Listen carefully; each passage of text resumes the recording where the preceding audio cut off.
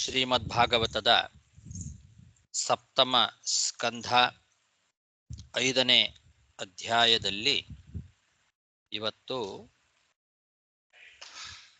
11ನೇ ಶ್ಲೋಕ. ಪ್ರಹ್ಲಾದ ಉವಾಚ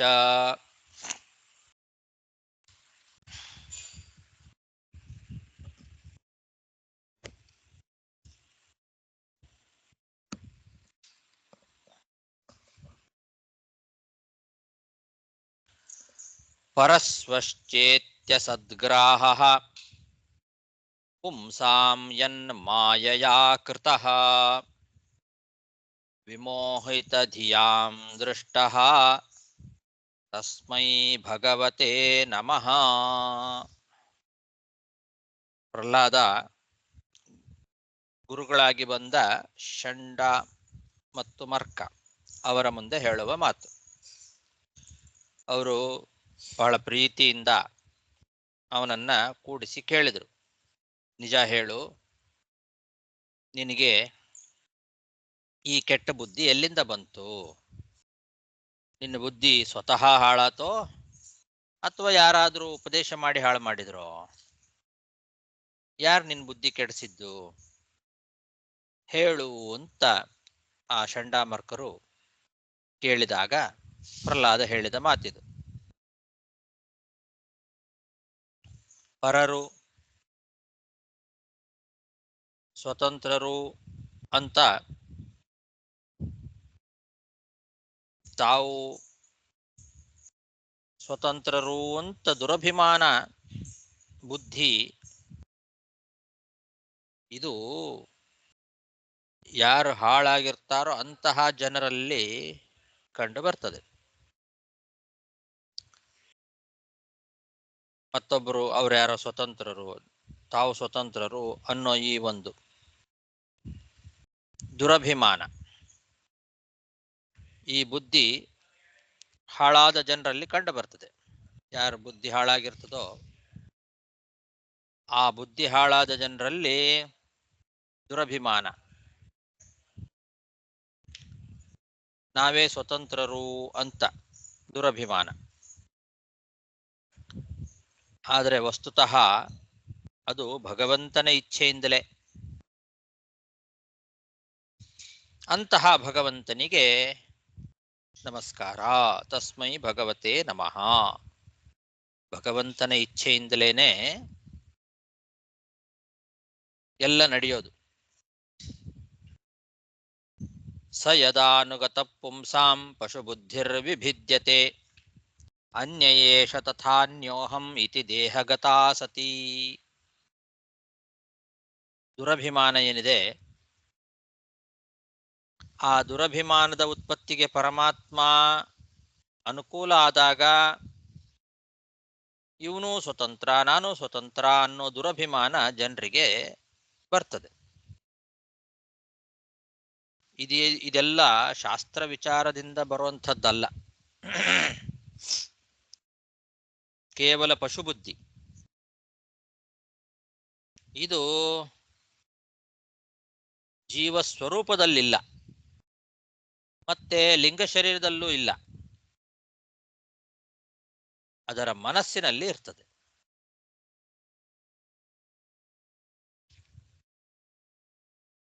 ದುರಭಿಮಾನ, ನಾನು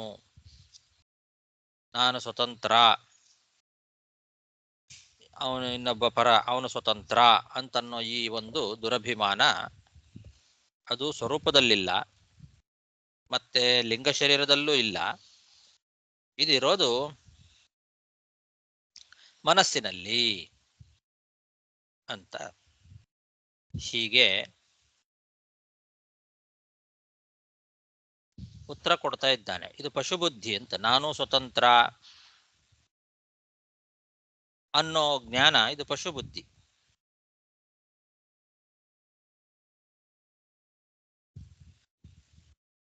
ಈ ಶ್ಲೋಕಕ್ಕೆ ಇಲ್ಲಿ ಭೇದಗತಾ ಸತಿ ಅಂತಿದೆ. ಭೇದಗತಾ ಸತಿ ಅಂತನ್ನೋದನ್ನ ಕೆಲವರು ಭೇದಗತ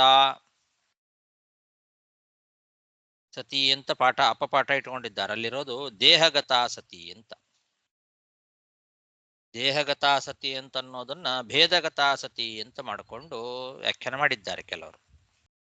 ಇವನು ನಮ್ಮವನು, ನಮ್ಮ ಮಿತ್ರ, ಇವನು ಬೇರೆಯವನು, ಪರಕೀಯ, ಶತ್ರು ಅಂತನ್ನೋ ಈ ಭೇದ ಭಾವನೆ ಒಳ್ಳೇದಲ್ಲ, ಅದು ಪಶುಬುದ್ಧಿ. ಪರಮಾತ್ಮನ ಅನುಗ್ರಹ ಆದರೆ ಅದು ಹೋಗ್ತದೆ ಅಂತ ಈ ರೀತಿ ವ್ಯಾಖ್ಯಾನ ಮಾಡಿದ್ದಾರೆ. ಅಂದ್ರೆ ಅದ್ವೈತ ಪರವಾಗಿ ವ್ಯಾಖ್ಯಾನ ಮಾಡಿದ್ದಾರೆ. ಅವನು ಬೇರೆ, ನಾನು ಬೇರೆ, ಅವನು ನಮ್ಮ ಶತ್ರು, ಇವನು ನಮಗೆ ಮಿತ್ರ ಅನ್ನೋ ಈ ಭೇದ ಬುದ್ಧಿ ಏನಿದೆ ಇದು ಪಶುಬುದ್ಧಿ. ಇದು ಭಗವಂತನ ಅನುಗ್ರಹದಿಂದ ಹೋಗ್ತದೆ ಅಂತ. ಇವರಿಗೆ ಶ್ಲೋಕದಲ್ಲಿ ಭೇದಗತಾ ಅಂತನ್ನೋ ಶಬ್ದ ವ್ಯರ್ಥ. ಅದು ಅವರಿಗೆ ಅದಕ್ಕೆ ಅರ್ಥ ಗೊತ್ತಾಗಿಲ್ಲ. ಅದಕ್ಕೆ ಅದನ್ನ ದೇಹಗತ ಅಂತನ್ನೋದನ್ನ ಅವರಿಗೆ ಕಾಣಿಸ್ಲಿಲ್ಲ. ಭೇದಗತ ಅಂತ ಇಟ್ಟುಕೊಂಡು ಅದಕ್ಕೆ ವ್ಯಾಖ್ಯಾನ ಹೀಗೆ ಮಾಡಿದ್ದಾರೆ. ಆದ್ರೆ ಆ ಶಬ್ದ ವ್ಯರ್ಥ. ಇವನು ನಮ್ಮವನು, ಇವನು ಬರಕೀಯ ಅನ್ನೋ ಭಾವನೆ ಪಶುಬುದ್ಧಿ ಅಂತ ಇಷ್ಟು ಹೇಳಿದ್ರೆ ಸಾಕು. ಆ ಭೇದಗತ ಅಂತನ್ನೋ ಶಬ್ದದ ಅವಶ್ಯಕತೆ ಇಲ್ಲ. ನಾವಾದ್ರೆ ದೇಹಗತ ಸತಿ ಅಂತ ನಮ್ಮ ಪಾಠ. ಈ ಪಾಠದಲ್ಲಿ ದೇಹಗತ ಈ ಪಶುಬುದ್ಧಿ ಲಿಂಗ ಶರೀರದಲ್ಲಿ ಇದೆ. ಅಂದ್ರೆ ಲಿಂಗ ಶರೀರದ ಷೋಡಶ ಬುದ್ಧಿ, ಷೋಡಶ ಕಲೆಗಳೇನಿದೆ ಅದರಲ್ಲಿ ಒಂದಾಗಿರ್ತಕ್ಕಂತಹ ಮನಸ್ಸಿನಲ್ಲಿ ಇದೆ ಹೊರತು ಜೀವಸ್ವರೂಪದಲ್ಲಿ ಇಲ್ಲ. ಆದ್ರಿಂದ ಸಜ್ಜೀವರಿಗೂ ಕೂಡ ಈ ಪಶುಬುದ್ಧಿ ಬರ್ಬೋದು ಕೆಲವು ಸಲ. ಅದು ಅನರ್ಥಕಾರಿ, ಆದ್ರಿಂದ ಅದು ತೊಲಗಬೇಕು. ಅದು ತೊಲಗ್ತದೆ ಅಂತ ತಿಳಿಸ್ಲಿಕ್ಕೆ ದೇಹಗತ ಅಂತನ್ನೋ ಶಬ್ದ ನಮ್ಮಲ್ಲಿ ಸಾರ್ಥಕ ಆಗ್ತದೆ.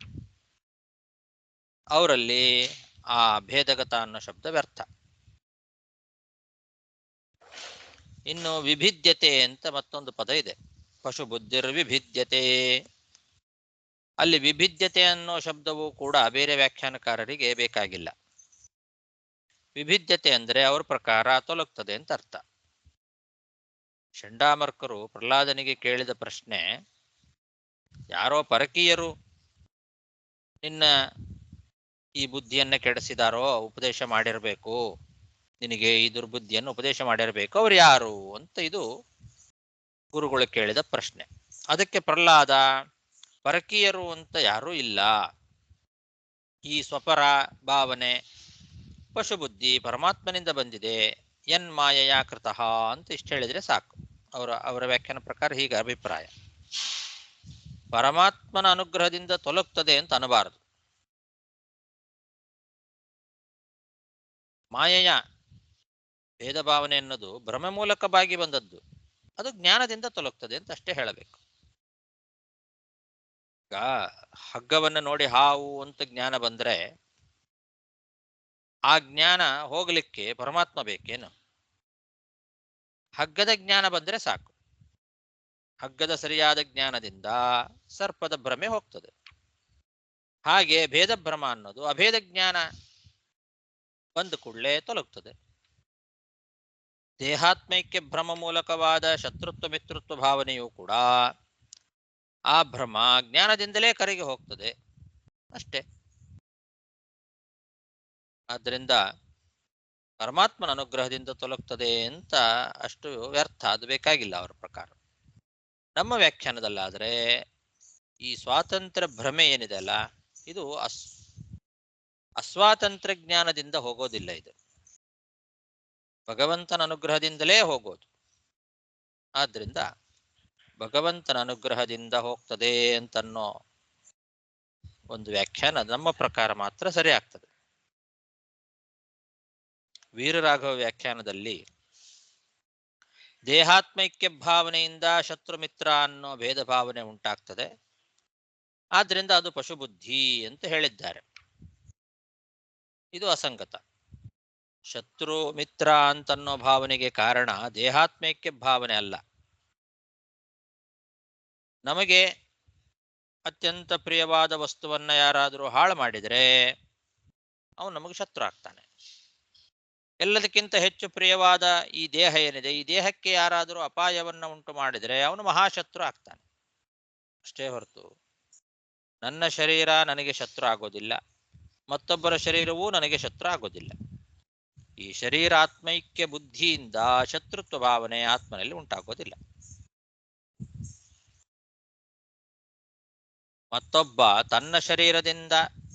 ತನ್ನ ಶರೀರದ ಸಹಾಯದಿಂದ ನನಗೆ ಕೇಡು ಉಂಟು ಮಾಡದ ಅನ್ನೋ ಮಾತ್ರಕ್ಕೆ ಅವನ ಶರೀರ ನನಗೆ ಶತ್ರು ಆಗೋದಿಲ್ಲ.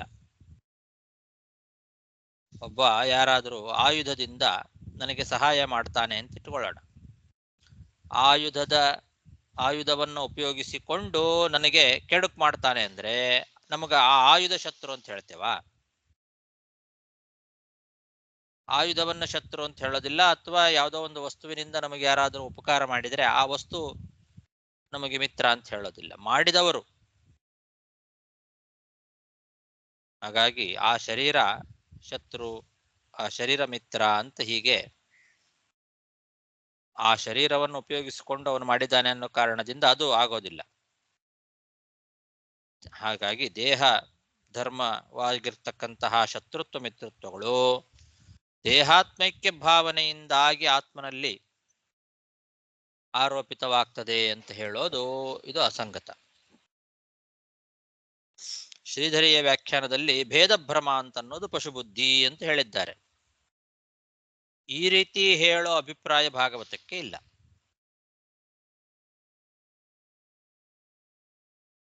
ವೇದದಲ್ಲಿ ಯೋನ್ಯಾಂ ದೇವತಾಮುಪಾಸ್ತೆ ಅನ್ಯೋಸಾವನ್ಯೋ ಅಹಮಸ್ಮೀತಿ ನ ಸ ವೇದ ಯಥಾ ಪಶು ಅಂತ ಒಂದು ವೇದವಾಕ್ಯ ಇದೆ. ಅಲ್ಲಿ ಹೇಳಿದ್ದನ್ನೇ ಇಲ್ಲಿ ಅನುವಾದ ಮಾಡ್ತಾ ಇದ್ದಾರೆ ಭಾಗವತದಲ್ಲಿ. ಈ ಶ್ರುತಿ ಭೇದಜ್ಞಾನವನ್ನ ಪಶುಬುದ್ಧಿ ಅಂತ ಬೈತಾ ಇಲ್ಲ. ಅನ್ಯ ಅನ್ನೋ ಶಬ್ದಕ್ಕೆ ಭಿನ್ನ ಅಂತ ಅರ್ಥ ಅಲ್ಲ, ಸ್ವತಂತ್ರ ಅನ್ನೋ ಅರ್ಥ ಇಟ್ಕೊಳ್ಬೇಕಿಲ್ಲಿ. ಪರಮಾತ್ಮ ಸ್ವತಂತ್ರ, ನಾನೂ ಸ್ವತಂತ್ರ ಅಂತ ತಿಳಿತೇವಲ್ಲ, ಇದು ಪಶುಬುದ್ಧಿ. ಪರಮಾತ್ಮನೊಬ್ಬನೇ ಸ್ವತಂತ್ರ ಅಂತನ್ನೋದು ವೇದದ ಅಭಿಪ್ರಾಯ. ಇದು ನಮಗೆ ಬ್ರಹ್ಮತರ್ಕದ ಮಾತಿನಿಂದ ಗೊತ್ತಾಗ್ತದೆ.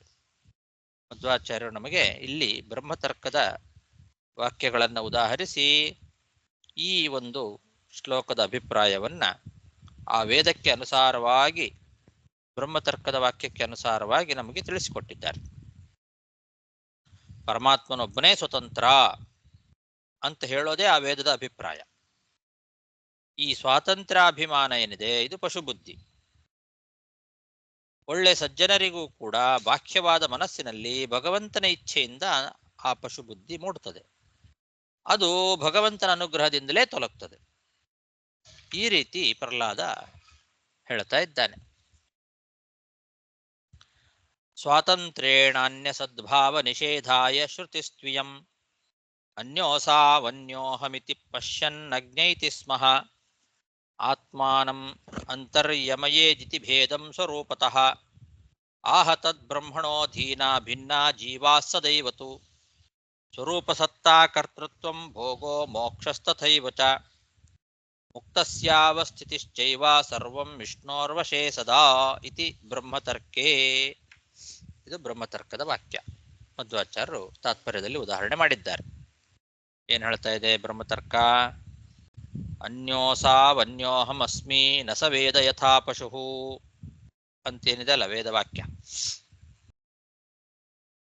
ಇವನು ಅನ್ಯ, ನಾನು ಅನ್ಯನಾಗಿದ್ದೇನೆ ಅನ್ನೋದು ಏನೂ ತಿಳಿಯೋದಿಲ್ಲ ಪಶುವಿನಂತೆ ಅಂತ ಹೇಳುವ ಈ ಶ್ರುತಿ ಏನ್ ಹೇಳ್ತಾ ಇದೆ? ಸ್ವತಂತ್ರವಾಗಿ ಮತ್ತೊಬ್ಬ ಕರ್ತೃ ಇದ್ದಾನೆ ಅನ್ನೋದನ್ನ ನಿಷೇಧ ಮಾಡ್ಲಿಕ್ಕೆ ಹೊರಟಿದೆ, ಹೊರತು ಇನ್ನೊಬ್ಬ ಇಲ್ಲವೇ ಇಲ್ಲ ಅಂತ ಭೇದ ನಿಷೇಧ ಮಾಡ್ಲಿಕ್ಕೆ ಹೊರಟಿಲ್ಲ.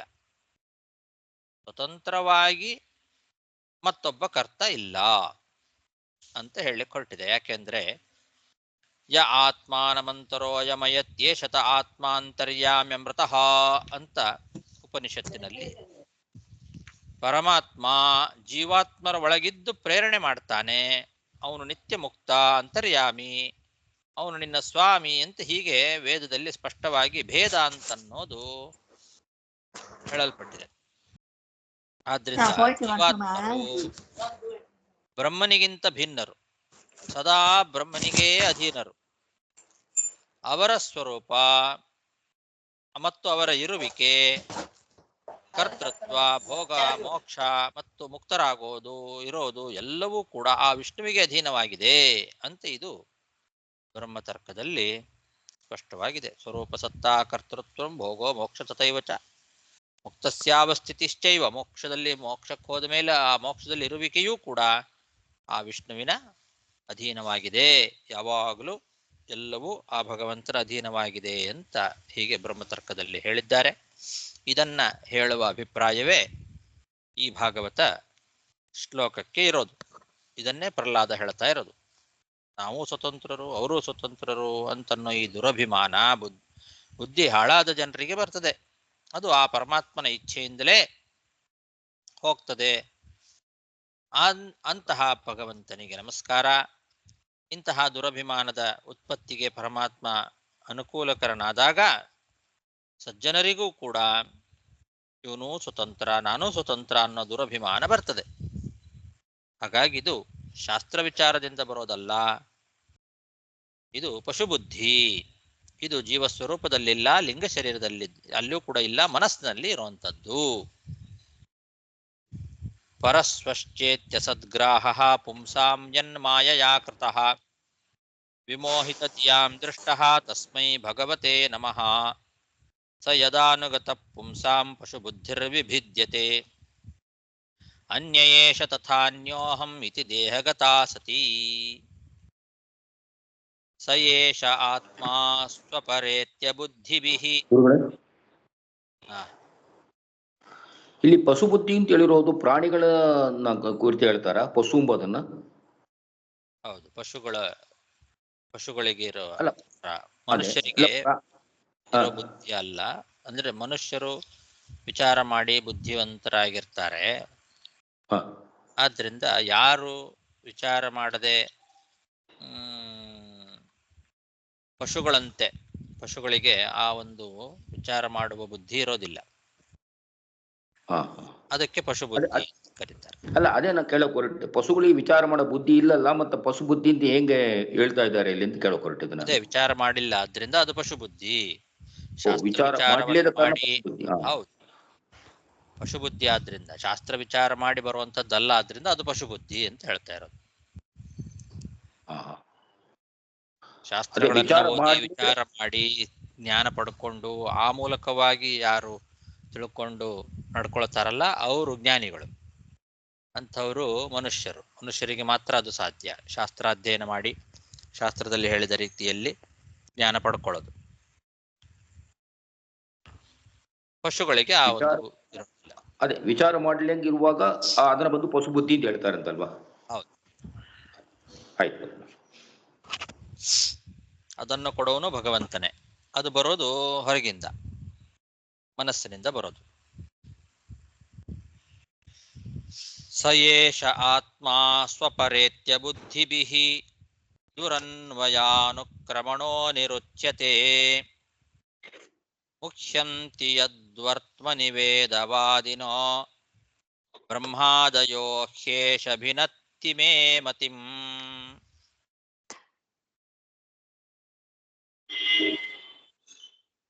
ಆ ಭಗವಂತನೊಬ್ಬನೇ ಸ್ವತಂತ್ರ ಕರ್ತ ಅಂತ ಕರೆಸ್ಕೊಳ್ತಾನೆ ಅಂತ ಪ್ರಹ್ಲಾದ ಹೇಳ್ತಾ ಇದ್ದಾನೆ. ತಾವೂ ಸ್ವತಂತ್ರರು, ಪರರೂ ಸ್ವತಂತ್ರರು ಅಂತ ತಪ್ಪಾಗಿ ತಿಳ್ಕೊಳ್ಳೋದು ಜನರಿಗೆ ಪರಮಾತ್ಮನ ಮಹಿಮೆ ಅರ್ಥವಾಗದೇ ಇದ್ದಾಗ. ಆ ರೀತಿ ತಿಳ್ಕೊಂಡ್ರೆ ಭಗವಂತನ ಮಹಿಮೆ ಅರ್ಥ ಆಗೋದಿಲ್ಲ. ಇದು ಕೆಲವೊಮ್ಮೆ ದೊಡ್ಡ ದೊಡ್ಡ ದೇವತೆಗಳಿಗೂ ಬರೋದುಂಟು ಅಂತ ಹೇಳ್ತಾನೆ. ವೇದವನ್ನ ಉಪದೇಶ ಮಾಡತಕ್ಕಂತಹ ಬ್ರಹ್ಮಾದಿ ದೇವತೆಗಳು ಅಂದ್ರೆ ರುದ್ರ, ಇಂದ್ರ ಮುಂತಾದ ದೇವತೆಗಳು, ಅವರು ಕೂಡ ಈ ವಿಷಯದಲ್ಲಿ ಕೆಲವೊಮ್ಮೆ ತಪ್ಪಾಗಿ ತಿಳಿಯೋದುಂಟು. ವೇದವಾದಿನೋ ಬ್ರಹ್ಮಾದಯ ಅಂತಿದೆ, ಅಲ್ಲಿ ಬ್ರಹ್ಮಾದಯ ಅನ್ನೋದಕ್ಕೆ ಬ್ರಹ್ಮ ಆದಿ ಯೇಷಾಂತೆ ಅಂತ ಇಟ್ಕೊಳ್ಳೋದು, ಬ್ರಹ್ಮನನ್ನು ಬಿಟ್ಟು ಉಳಿದವರು. ಆದಿ ಅಂದರೆ ರುದ್ರಾದಿಗಳು ಅಂತ ಅರ್ಥ, ರುದ್ರ ಮೊದಲಾದವರು. ಅವರಿಗೂ ಕೂಡ ವೇದವಾದಿಗಳಾದಂತಹ ಆ ರುದ್ರ ಮೊದಲಾದ ದೇವತೆಗಳೂ ಕೂಡ ಈ ವಿಷಯದಲ್ಲಿ ಕೆಲವೊಮ್ಮೆ ತಪ್ಪಾಗಿ ತಿಳ್ಕೊಂಡ್ಬಿಡ್ತಾರೆ.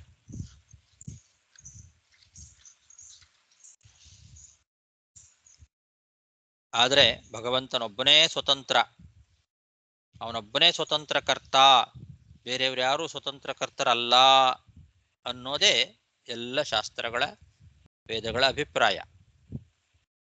ನಾವು ಸ್ವತಂತ್ರರು ಮತ್ತೊಬ್ಬರೂ ಸ್ವತಂತ್ರರು ಅಂತ ತಪ್ಪಾಗಿ ತಿಳ್ಕೊಳ್ಳೋದು ಇದು ಕೆಲವು ಸಲ ಮೋಹ ಅನ್ನೋದು ಜ್ಞಾನಿಗಳಿಗೂ ಆಗ್ತದೆ.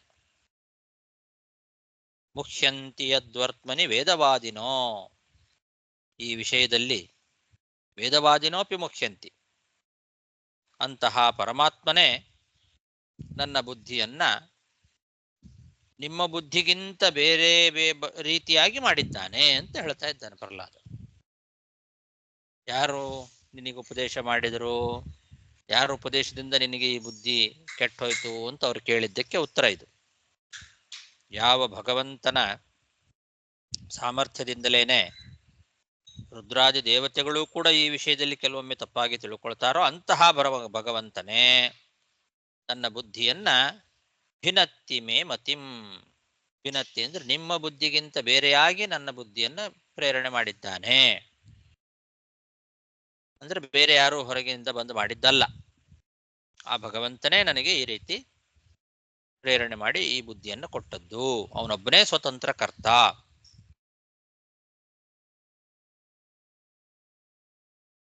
ಸ ಏಷ ಆತ್ಮ ಸ್ವಪರೇತ್ಯ ಬುದ್ಧಿಭಿಃ ದುರನ್ವಯಾನುಕ್ರಮಣೋ ನಿರುಚ್ಯತೆ ಮುಖ್ಯಂತಿ ಯದ್ವರ್ತ್ಮನಿ ವೇದವಾದಿನೋ ಬ್ರಹ್ಮಾದಯೋ ಹ್ಯೇಷ ಭಿನತ್ತಿ ಮೇ ಮತಿಂ.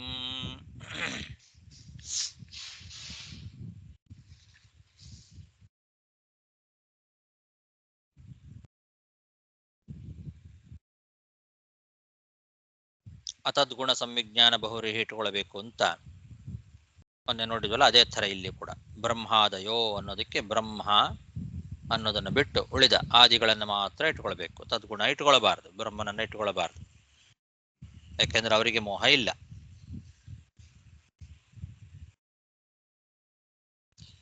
ಯಥಾ ಭ್ರಾಮ್ಯತ್ಯಯೋ ಬ್ರಹ್ಮನ್ ಸ್ವಯಮಾಕರ್ಷ ಸನ್ನಿಧೌ ತಥಾ ಮೇ ಭಿದ್ಯತೆ ಚೇತಃ ಚಕ್ರಪಾಣೌ ಯದೃಚ್ಛಯಾ. ಬ್ರಹ್ಮನ್ ಅಂತ ಗುರುಗಳಿಗೆ ಪ್ರಹ್ಲಾದ ಹೇಳ್ತಾ ಇದ್ದಾನೆ, ಬ್ರಾಹ್ಮಣರೇ, ನನ್ನ ಬುದ್ಧಿ ಆ ಭಗವಂತನ ವಿಷಯದಲ್ಲಿ ನಿಮಗಿಂತ ವಿಲಕ್ಷಣವಾಗಿದೆ. ನೀವು ಹೇಗೆ ವಿಚಾರ ಮಾಡ್ತೀರೋ ಅದಕ್ಕಿಂತ ವಿಲಕ್ಷಣವಾಗಿ ನನ್ನ ಬುದ್ಧಿ ಆ ಭಗವಂತನಲ್ಲಿ ಇದೆ. ಈಗ ಒಂದು ಅಯಸ್ಕಾಂತದ ಹತ್ತಿರ ಕಬ್ಬಿಣ ಇದೆ ಅಂತ ಇಟ್ಕೊಳ್ಳೋಣ, ಮ್ಯಾಗ್ನೆಟ್. ಮ್ಯಾಗ್ನೆಟ್ ಹತ್ತಿರ ಇರುವಂತಹ ಒಂದು ಕಬ್ಬಿಣ ಅದು ಹೇಗೆ ಚಲಿಸ್ತದೋ ಹಾಗೆ ಭಗವಂತನ ಇಚ್ಛೆಯಿಂದ ತಾನೇ ಚಲಿಸ್ತದೆ. ಅಯಸ್ಕಾಂತ ಪಕ್ಕದಲ್ಲಿದ್ರೆ ಸಾಕು, ಆ ಕಬ್ಬಿಣವನ್ನ ಯಾರೂ ಚಲನೆ ಮಾಡೋದು ಬೇಕಾಗಿಲ್ಲ. ಅದು ಭಗವಂತನ ಇಚ್ಛೆ ಆಗಿದೆ.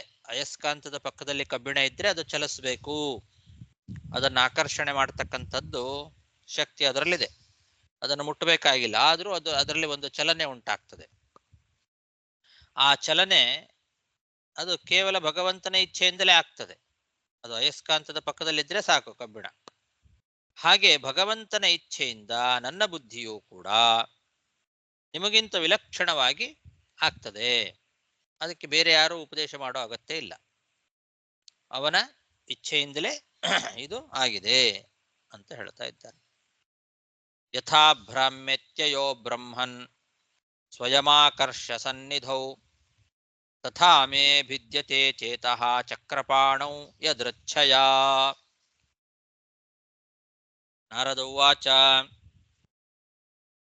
ಏತಾವದ್ ಬ್ರಾಹ್ಮಣ ಯೋಕ್ತ್ವಾ ವಿರರಾಮ ಮಹಾಮತಿಃ ತಂ ನಿರ್ಭರ್ತ್ಸ್ಯಾಥ ಕುಪಿತಃ ಸುದೀನೋ ರಾಜಸೇವಕಃ. ಪ್ರಹ್ಲಾದ ಇಷ್ಟು ಹೇಳಿ ಸುಮ್ಮನಾಗಿಬಿಟ್ಟ ಅಂತ ಇದ್ದಾರೆ ನಾರದರು. ಇಷ್ಟು ಹೇಳಿ ಸುಮ್ಮನಾಗ್ಬಿಟ್ನಂತೆ ಪ್ರಹ್ಲಾದ. ಇನ್ನೇನ್ ಜಾಸ್ತಿ ಹೇಳಲಿಕ್ಕೆ ಹೋಗ್ಲಿಲ್ಲ ಅವರಿಗೆ, ಯಾಕೆಂದ್ರೆ ಮಹಾಜ್ಞಾನಿಯಾಗಿದ್ದ ಪ್ರಹ್ಲಾದ. ಅವ್ರು ಕೇಳಿದ ಪ್ರಶ್ನೆಗೆ ಇಷ್ಟು ಉತ್ತರ ಹೇಳಿ ಸುಮ್ಮನಾಗಿ ಬಿಟ್ಟ. ಆವಾಗ ಆ ಬ್ರಾಹ್ಮಣರು ಚಂಡಾಮರ್ಕರು ಸೋತು ಬಿಟ್ರು. ರಾಜಸೇವಕರು ಹಿರಣ್ಯಕಶಿಪು ಹೇಳಿದ ಹಾಗೆ ಕೇಳಿಕೊಂಡು ಅವರು ಇರಬೇಕಾಗಿತ್ತು, ಅವರ ಧರ್ಮ ಅದು. ಅವರಿಗೆ ಕೋಪ ಬಂತು ಇವನು ಹೇಳಿದ್ದು ನೋಡಿ, ಯಾಕೆಂದ್ರೆ ಅವನ ಮಾತಿಗೆ ಏನು ಉತ್ತರ ಕೊಡ್ಲಿಕ್ಕಾಗ್ಲಿಲ್ಲ, ಸೋತು ಬಿಟ್ರು ಇವರು. ಹಾಗಾಗಿ ಅವರು ಕೋಪಗೊಂಡ್ರು, ಬೈದ್ರು ಪ್ರಹ್ಲಾದನಿಗೆ. ಅವರಿಗೆ ಕೋಪ ಬಂತು, ಬೈದು ಹೇಳಿದ್ರು ಯತಾವದ್ ಬ್ರಾಹ್ಮಣ ಯೋಕ್ತ್ವಾ ವೀರರಾಮ ಮಹಾಮತಿಃ ತಂ ನಿರ್ಭರ್ತ್ಸ್ಯಾಥ ಕುಪಿತಃ ಸುದೀನೋ ರಾಜಸೇವಕಃ ಆನಿಯತಾಮರೇ ವೇತ್ರಂ ಅಸ್ಮಾಕಮಯಶಸ್ಕೃತಃ ಕುಲಾಂಗಾರಸ್ಯ ದುರ್ಬುದ್ಧೇಃ ಚತುರ್ಥೋಸ್ಯೋಜಿತೋ ದಮಃ.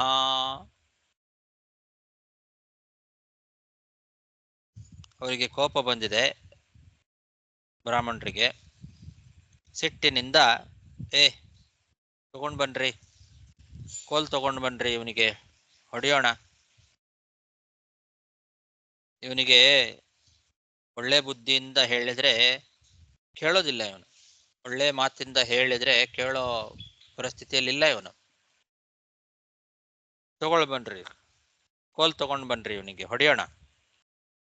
ಇವನು ತನ್ನ ಕುಲವನ್ನ ಸುಡೋ ಬೆಂಕಿ ಹಾಗೆ ಇದ್ದಾನೆ, ನಮಗೆಲ್ಲ ಅಪಕೀರ್ತಿ ತರ್ತಾನೆ.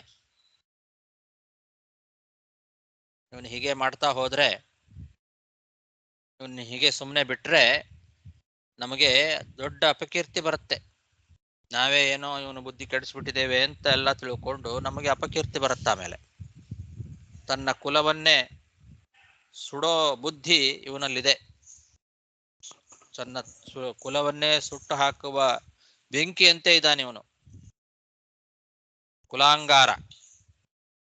ಕುಲಾಂಗಾರಸ್ಯ ದುರ್ಬುದ್ಧೇಹೇ. ಕುಲಾಂಗಾರ ಅಂದ್ರೆ ಕುಲವನ್ನೇ ಸುಟ್ಟು ಹಾಕುವ ಬೆಂಕಿಯಂತೆ ಇವನ ಬುದ್ಧಿ ಇದೆ. ಹಾಗಾಗಿ ಈ ಬುದ್ಧಿ ಹೋಗಬೇಕು ಅಂತಂದ್ರೆ ಇದು ಸುಮ್ಮನೆ ಒಳ್ಳೆ ಮಾತಿಂದ ಕೇಳೋನಲ್ಲ ಇವನು. ಹಾಗಾಗಿ ತಗೊಂಡು ಬನ್ನಿ, ಕೋಲ್ ತಗೊಂಡು ಬನ್ನಿ. ಸಾಮ, ದಾನ, ಭೇದ, ದಂಡ ಅಂತ 4 ಉಪಾಯಗಳಿದಾವಲ್ಲ, ಅದರಲ್ಲಿ 4ನೇದ್ದೇ ಸರಿ ಇವನಿಗೆ. 4ನೇ ಉಪಾಯನೇ ಸರಿ. ಹಾಗಾಗಿ ತಗೊಂಡು ಬನ್ನಿ, ದಂಡ, ಇವನಿಗೆ ಶಿಕ್ಷೆ ಕೊಡೋಣ, ಹೊಡೆಯೋಣ ಇವನಿಗೆ ಅಂತ. ಚತುರ್ಥೋ ಅಸ್ಯ ಉಜಿತಃ ದಮಃ. 4ನೇದ್ದೇ ಅಂದ್ರೆ ಸಾಮದಾನ ಭೇದ ದಂಡ ಅನ್ನೋದ್ರಲ್ಲಿ 4ರಲ್ಲಿ 4ನೇದ್ದೇ ಸರಿ ಇವನಿಗೆ. ದಂಡನೇ ಸರಿ. ತಗೊಂಡು ಬನ್ನಿ ಇವನಿಗೆ, ಬೆತ್ತ ತಗೊಂಡು ಬನ್ನಿ, ಹೊಡೆಯೋಣ ಅಂತ ಕೋಪದಿಂದ ಆ ಚಂಡಾಮರ್ಕರು ಹೇಳ್ತಾ ಇದ್ದಾರೆ. ಆನೀಯತಾಮರೇ ವೇತ್ರಮಸ್ಮಾಕಂ ಅಯಶಸ್ಕೃತಃ ಅಂಗಾರಸ್ಯ ದುರ್ಬುದ್ಧೇಃ ಚತುರ್ಥೋಸ್ಯೋಜಿತೋ ದಮಃ. ದೈತ್ಯೇಯ ಚಂದನವನೇ ಜಾತೋ ಅಯಂ ಕಂಟಕದ್ರುಮಃ ತನ್ಮೂಲೋನ್ಮೂಲಪರಶೋರ್ವಿಷ್ಣೋರ್ನಾಲಾಯಿತೋರ್ಭಕಃ. ಅವ್ರು ಹೇಳ್ತಾ ಇದ್ದಾರೆ ಚಂಡಾಮರ್ಕರು, ದೈತ್ಯ ಆ ಹಿರಣ್ಯಕಶಿಪು, ಎಲ್ಲಾ ದೈತ್ಯರು ಕೂಡ ಗಂಧದ ಮರಗಳ ಒಂದು ಕಾಡಿದ್ದಂಗೆ. ಆ ಎಲ್ಲ ದೈತ್ಯರುಗಳೆಂಬ ಗಂಧದ ಮರದ ಕಾಡಿನ ಮಧ್ಯದಲ್ಲಿ ಒಂದು ಮುಳ್ಳಿನ ಮರ ಹುಟ್ಟುಕೊಂಡಂಗೆ ಇವನು ಹುಟ್ಕೊಂಡ್ಬಿಟ್ಟಿದ್ದಾನೆ ಅಂತ. ದೈತ್ಯರೆಲ್ಲ ಒಳ್ಳೆಯವರು. ಆ ಎಲ್ಲ ದೈತ್ಯರ ಮಧ್ಯದಲ್ಲಿ ಇವನೊಬ್ಬ ಮುಳ್ಳಿನಂತೆ ಹುಟ್ಟುಕೊಂಡು ಬಿಟ್ಟಿದ್ದಾನೆ ಈ ಪ್ರಹ್ಲಾದ ಅಂತ ವರ್ಣನೆ ಮಾಡ್ತಾ ಇದ್ದಾರೆ ಪ್ರಹ್ಲಾದನನ್ನ. ದೈತ್ಯರೆಂಬ ದೊಡ್ಡ ಗಂಧದ ಮರದ ಕಾಡು, ಒಂದು ದೊಡ್ಡ ಎಲ್ಲಾ ಗಂಧದ ಮರಗಳಿರ್ತಾವೆ ಕಾಡಿನಲ್ಲಿ. ಆ ಎಲ್ಲ ಗಂಧದ ಮರದ ಕಾಡಿನ ಮಧ್ಯದಲ್ಲಿ ಒಂದು ಮುಳ್ಳಿನ ಮರ ಹುಟ್ಟುಕೊಂಡ್ಬಿಡ್ತದೆ, ಗೊತ್ತಾಗದೆ ಎಲ್ಲೋ ಒಂದು ಮುಳ್ಳಿನ ಮರ ಹುಟ್ಟುಕೊಂಡಿರ್ತದೆ. ಹಾಗೆ ದೈತ್ಯರೆಂಬ ಒಂದು ಚಂದನವನ, ದೈತ್ಯೇಯ ಚಂದನವನೇ ದೈತ್ಯರೆಂಬ ಗಂಧದ ಮರದ ಕಾಡಿನಲ್ಲಿ ಮುಳ್ಳಿನಂತೆ ಕಂಟಕ ದ್ರುಮಃ, ಮುಳ್ಳಿನ ಮರದಂತೆ ಇವ ಹುಟ್ಟುಕೊಂಡ್ಬಿಟ್ಟಿದ್ದಾನೆ. ಆದ್ರಿಂದ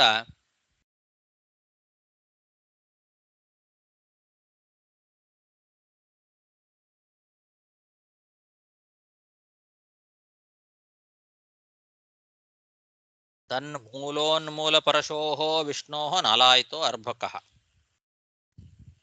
ಅದರ ಮೂಲವನ್ನ ಕಡಿಯುವ ಕೊಡಲಿ ಅವನು ವಿಷ್ಣು.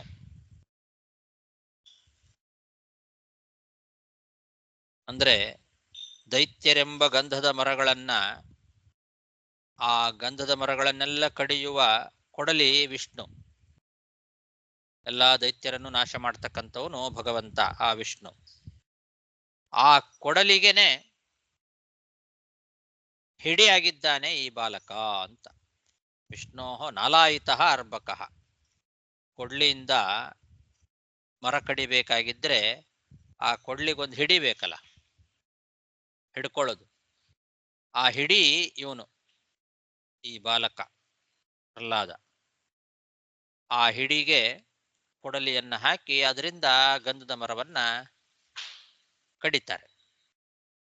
ಆ ಕೊಡಲಿ ಯಾರು? ವಿಷ್ಣು. ಗಂಧದ ಮರಗಳನ್ನ ಬುಡ ಸಮೇತವಾಗಿ ಕಡಿಯುವಂತಹ ಕೊಡಲಿ ವಿಷ್ಣು. ಆದರೆ ಆ ಕೊಡಲಿಗೆ ನಾಳದಂತೆ ಇದ್ದಾನೆ ಈ ಹುಡುಗ, ಈ ಪ್ರಹ್ಲಾದ ಅಂತ ಅವನನ್ನ ವರ್ಣನೆ ಮಾಡ್ತಾ ಇದ್ದಾರೆ. ದೈತ್ಯೇಯ ಚಂದನವನೇ ಜಾತೋ ಅಯಂ ಕಂಟಕ ದ್ರುಮಃ, ತನ್ಮೂಲೋನ್ಮೂಲ ಪರಶೋಹೋ ವಿಷ್ಣೋರ್ನಾಲಾಯಿತೋರ್ಭಕಃ.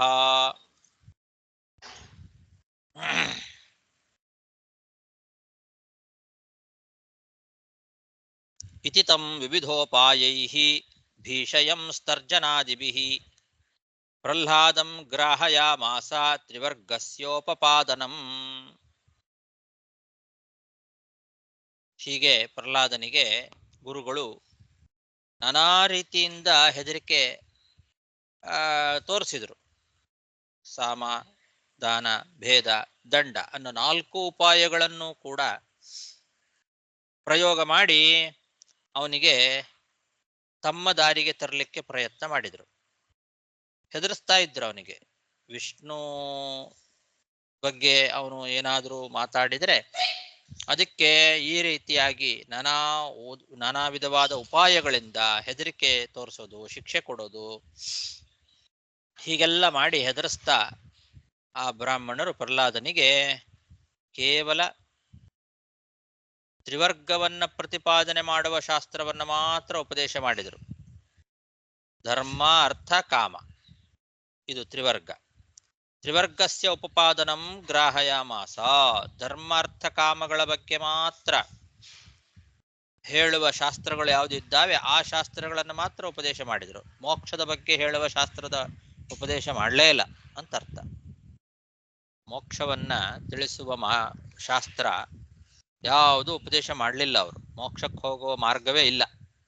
ಕೇವಲ ಧರ್ಮಾರ್ಥ ಕಾಮಗಳ ಬಗ್ಗೆ, ದುಡ್ಡು ಹೆಂಗ್ ಸಂಪಾದನೆ ಮಾಡೋದು,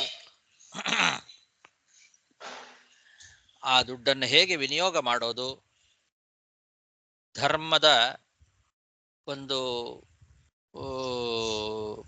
ಪ್ರದರ್ಶನವನ್ನ ಯಾವ ರೀತಿ ನಡೆಸಬೇಕು, ಆ ಧರ್ಮದಿಂದ ಮತ್ತೆ ಹೇಗೆ ಹಣ ಸಂಪಾದನೆ ಮಾಡೋದು ಅಂತ, ಹೀಗೆ ಧರ್ಮ, ಅರ್ಥ, ಕಾಮ ಈ 3 ಧರ್ಮವನ್ನು ಮಾಡೋದು ಹಣ ಸಂಪಾದನೆಗೆ, ಹಣ ಸಂಪಾದನೆ ಮಾಡೋದು ಯಾಕೆ? ಕಾಮೋಪಭೋಗಕ್ಕೋಸ್ಕರ. ಹೀಗೆ ಕಾಮೋಪಭೋಗ, ಧರ್ಮ, ಅರ್ಥ ಇವುಗಳ ಸಂಪಾದನೆಗೆ ಬೇಕಾಗಿರ್ತಕ್ಕಂತಹ ಶಾಸ್ತ್ರಗಳೇನಿದ್ದಾವೆ ಅವುಗಳನ್ನೇ ಉಪದೇಶ ಮಾಡಿದರು. ಮೋಕ್ಷದ ಶಾಸ್ತ್ರ ಇಲ್ಲವೇ ಇಲ್ಲ, ಮೋಕ್ಷದ ಬಗ್ಗೆ ವಿಚಾರವೇ ಇಲ್ಲ ಅಂತ ಈಗಿನ ಕಾಲದಲ್ಲಿರುವ ಶಿಕ್ಷಣ ಪದ್ಧತಿ ಏನಿದೆ ಆ ಥರ.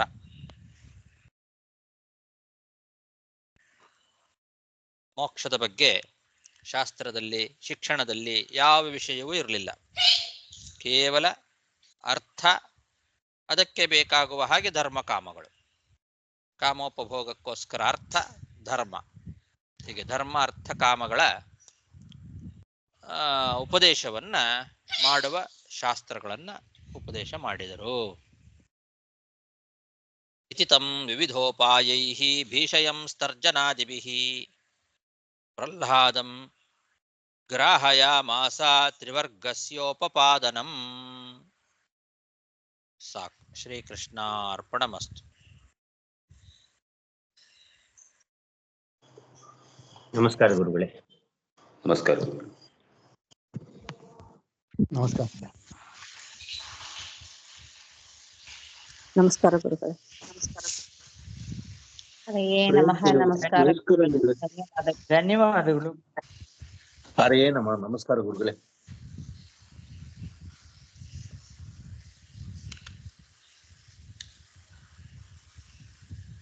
ಧನ್ಯವಾದ ಗುರುಗಳೇ. ನಮಸ್ಕಾರ.